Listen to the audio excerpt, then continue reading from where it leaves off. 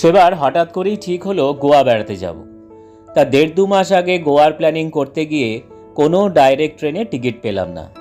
অতএব পুনে দুরন্ত ধরে আমরা ঠিক করলাম পুনে যাব, এক রাত্রি পুনেতে কাটিয়ে তারপরের দিন আমরা গোয়া ঢুকব। ফেরার সময়তেও একই অবস্থা, গোয়া থেকে ডাইরেক্ট কোনো ট্রেনের টিকিট পেলাম না। অতএব পুনে থেকে আমাদের ফিরতে হবে। তাহলে পুনে দিয়েই যখন ফিরব, পুনে থেকে মাত্র 100 কিলোমিটার দূরে মহাবালেশ্বরে কেন যাব না? তাই মহাবালেশ্বরের 2 রাত কাটিয়ে আমরা পুনে থেকে ট্রেন ধরব ঠিক করলাম।